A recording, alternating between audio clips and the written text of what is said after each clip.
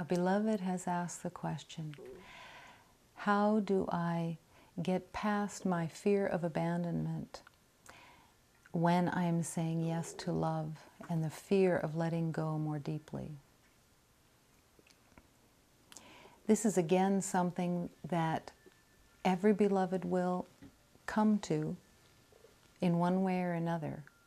The fear of abandonment is the fear of separation. The fear of separation plays itself out in the world over and over and over again. Every time you've had within your perception an experience of someone leaving you, or the fear of someone leaving you, you are reenacting the belief that you are separate from God. How can you get past the terror that sometimes comes from that almost precognitive place that says, danger, danger, danger? It is again trust. It is such a deep trust of not listening to the reactions of the body. The terror that appears within is a great rebellion. It is truly the rebellion of your choice that says, no, I want to stay separate. I'm afraid of losing who I think I am. I'm afraid of losing my identity.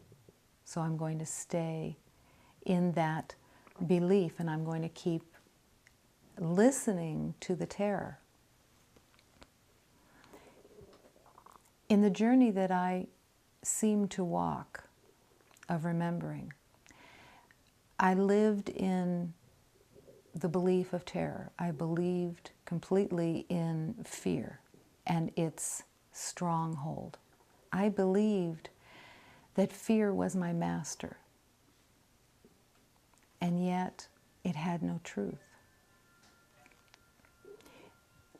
One of the masters that came to me offered a teaching very early in my journey that said, this fear that you are carrying is a great rebellion. At that time, I was shocked by that realization, even though the realization was very tiny, but I kept saying yes. I kept saying, if this master is offering me this truth, I want to say yes to this truth. The fear that I believed in so deeply ran my life. Sometimes I could get it down far enough that it seemed to disappear for little bits and pieces of time. But it was always there hiding, always not hiding very well. So how can this fear be surrendered? The fear that appears is actually not what is being surrendered. It is the belief behind it that says I am separate. The belief of the evidence that says I have something to protect, I have something to defend, I have something that I have to do in order to get better. When we hold this fear of abandonment, which every beloved carries, because we carry the belief that we were abandoned by God. We believe that we have been left here to suffer and to work and to battle.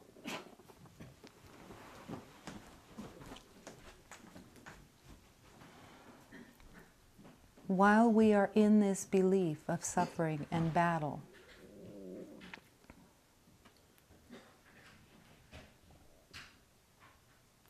while we are in this belief of suffering and battle. Can you start there again? Hold on. Yeah. 3, 2, 1.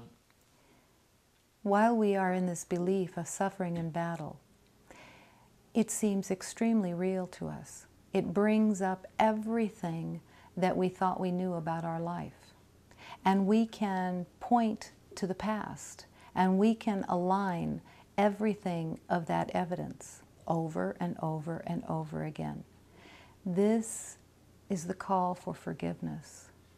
the forgiveness of truth, not the forgiveness of the world that says, I'm going to be magnanimous and forgive you for all the horrible things that you did to me, all the ways that you abandoned me, but the true forgiveness that affirms that we are one with God and that we have held a mistaken identity that has no validity.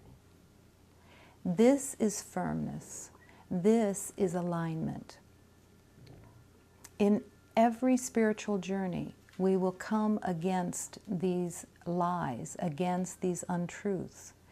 And the only way of healing is for you to make that choice to no longer believe the lies, to focus your attention, to focus your intention on the truth of love, the truth that the Masters have brought, the truth of oneness. This isn't something that you will know in your knowing. This is faith. This goes against everything that you've known. Every beloved has a story, and every beloved holds on to that story and says over and over and over again, I am living through this story. I am living out my life as if I was abandoned. I'm living out my life as if I was damaged. I'm living out my life as if I am unloved and unworthy of love. This is the great lie. This is the call to love. This is the call to surrender. What are you surrendering to? You're surrendering to the truth of love, to the oneness, and you're rejecting everything that you've made up. It is a great leap of faith to accept that what you held as the truth of who you are has no validity. This to the world is blasphemy. This is to the world a sense of denying your past, and truly that's what it is. It's not about denying and pretending, it's about shining the light on the facades and the concepts of what you've made of yourself as separate, as alone, as unworthy of love. This has no truth. This has no validity.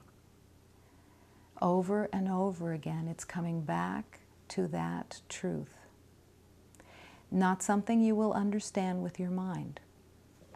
There's no way that the mind who made up a strategy, there's no way that the mind that made up a concept of a self will ever understand the totality of love, the oneness, the eternal life. You have based your belief of abandonment on the belief of death, the ultimate abandonment. If you believe that you are limited and that you are going to die and your life will end, then you will continue to suffer in that fear of abandonment. The ultimate abandonment is the belief that you will lose the body and lose life itself. The truth of love is that you are the eternal life. You have maybe lived in a dozen bodies. You have maybe taken on a dozen different forms. None of them was the intrinsic truth of who you are. They are all the facade, the costume that you've worn as you have journeyed to remembering. Your only purpose here in this lifetime is to remember. Give yourself to this remembering and accept the peace and joy of eternal life. And all of the fears of abandonment, all of the concepts of losing and lack will fall away.